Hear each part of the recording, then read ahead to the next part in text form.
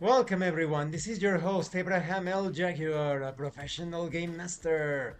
First of all, this channel is proudly sponsored by SLA Studios, the publishers and developers of Dames of Asstoria, a tabletop role-playing game where you play as monster girls experiencing high adventure in a world that doesn't fully accept them. They have recently released Daughters of Lamb. This is a pay-what-you-want tabletop RPG, where you get to play as cybernetic nuns with guns, looking for the missing pieces of their AI god.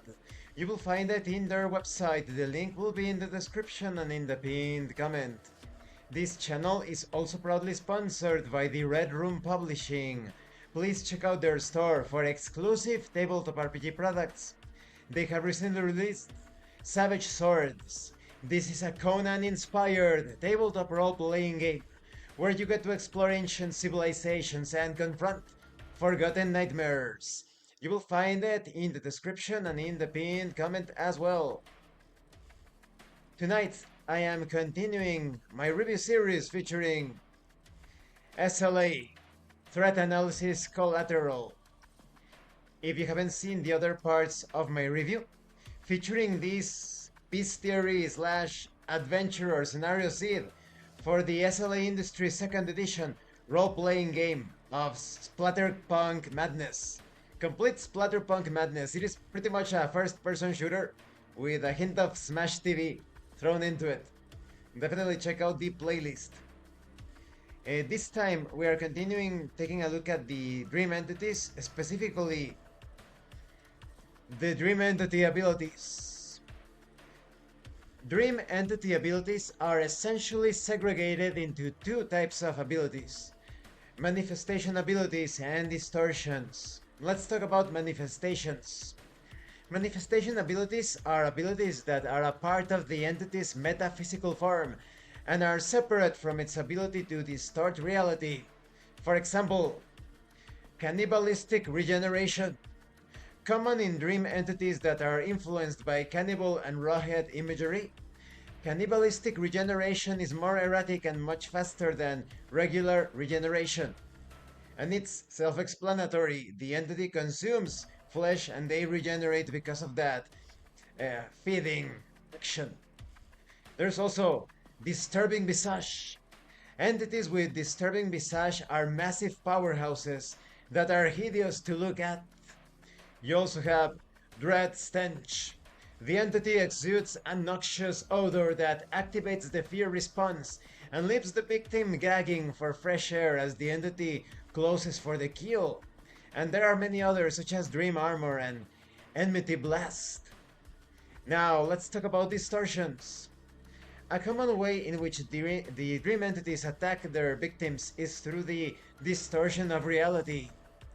A dream entity may create as many distortions per day as their distortion pool allows. Every failed attempt induces more and more psychological damage. That is, every time a victim tries to rid himself or herself from these attacks, they fall deeper and deeper into this insanity. You have distortions such as mind control. One of the greatest sources of horror is the loss of personal control. There are other things such as reality distortion. The entity will seemingly transform the world around their victim, creating a horror show of never-ending corridors, flooded rooms, disappearing doors, and omens of death. There is also shadow merge. This is a subtype of reality distortion that allows the dream entity to manipulate its form in a manner similar to active camouflage and to engage in psychological warfare, using its body to create feelings of unease, uncertainty, and confusion. And there are other things such as, let's see, time distortion. So there is almost no limit to the sorts of crazy situations a dream entity may cause. And this concludes this part of the review.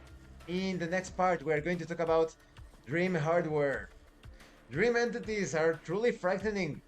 Not only can they distort their bodies in lethal and even noxious ways, They can also take your entire perception of things and twist it completely until you are not certain if this is even reality or a nightmare. That's creepy. Thank you for watching this part of the review series. Don't forget to leave a like, comment, and subscribe. And thank you so much to those of you that are going the extra mile to support the channel. If anyone else wishes to further support the channel, consider joining as a member using the Super Thanks button. Take a look at the information in the description and in the pinned comment. This has been your host Abraham L. Jaguar, a professional game master.